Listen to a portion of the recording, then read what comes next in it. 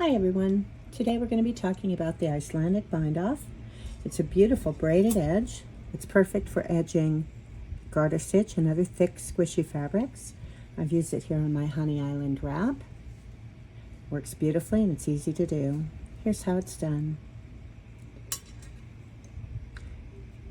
With the yarn in the back, we're going to enter the first stitch as if to purl, then the second stitch as if to knit, and we're going to draw that first stitch through, that second stitch through the first stitch, knit it, and take both off the needles.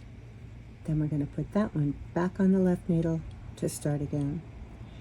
Into the first one as if to purl, into the second one as if to knit, draw that second stitch through, knit it, and drop both from the needle.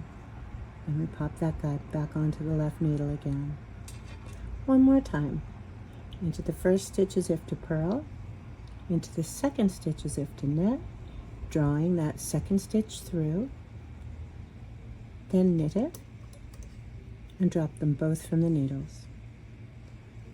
Pop that guy right back on there to start again. One more time.